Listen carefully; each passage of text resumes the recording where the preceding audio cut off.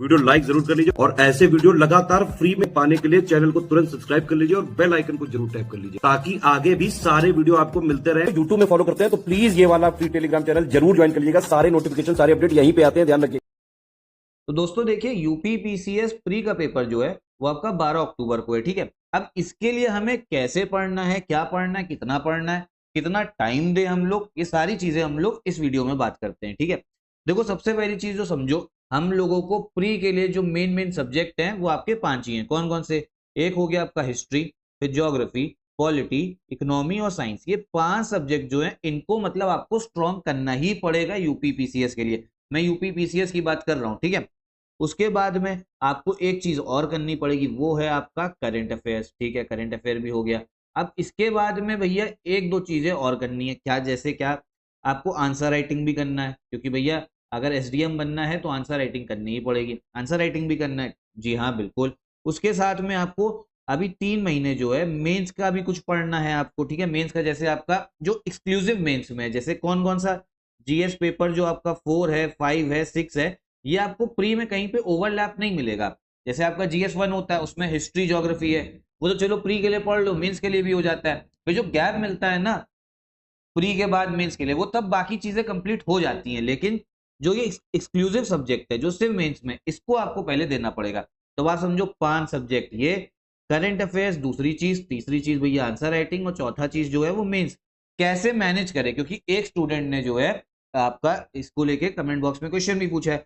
देखो सबसे मेन चीज क्या है ना, आपको 6 से 7 घंटा जो है देना ही पड़ेगा। 6 से 7 घंटा देना ही है।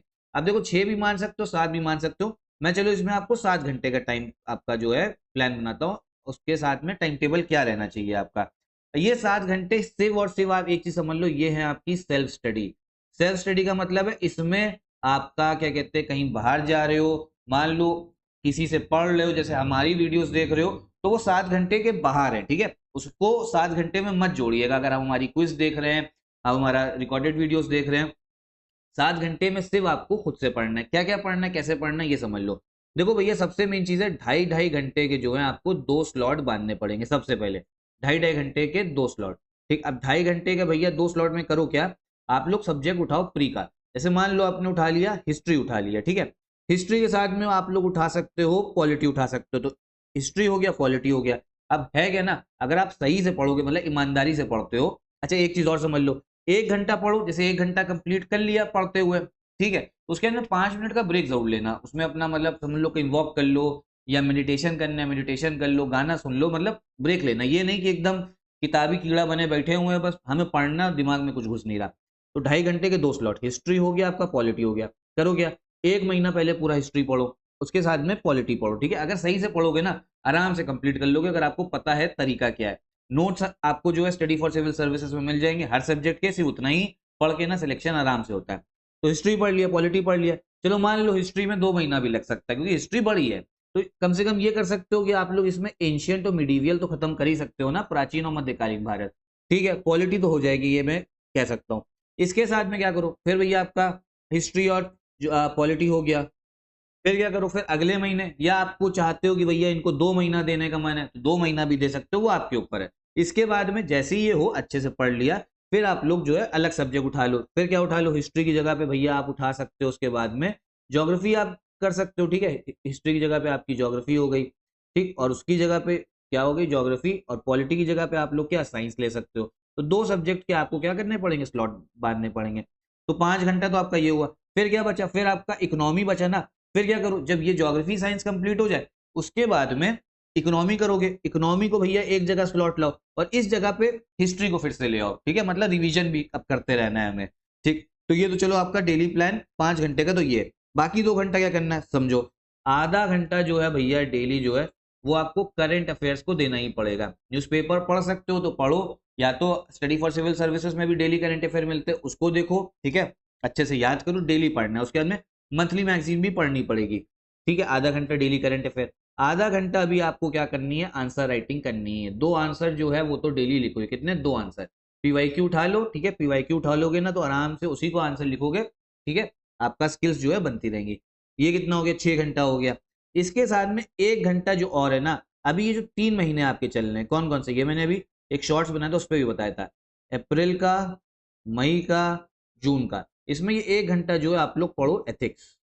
एथिक्स पढ़ो। जब एथिक्स पढ़ लो मतलब 1 महीना पढ़ लिया पूरा, ठीक है। अब एथिक्स से बोर हो गए, इसके बाद में भैया यूपी स्पेशल जो है आपका, जो जीएस पेपर 5, ठीक है, और 6 वाला है ना, जीएस 5 और 6, इनको उठा लो। मतलब ये 3 महीने 1 घंटा आपको, ये जो मेंस के 3 पेपर बताए ना, ये करने ही है, मतलब जरूरी है करना।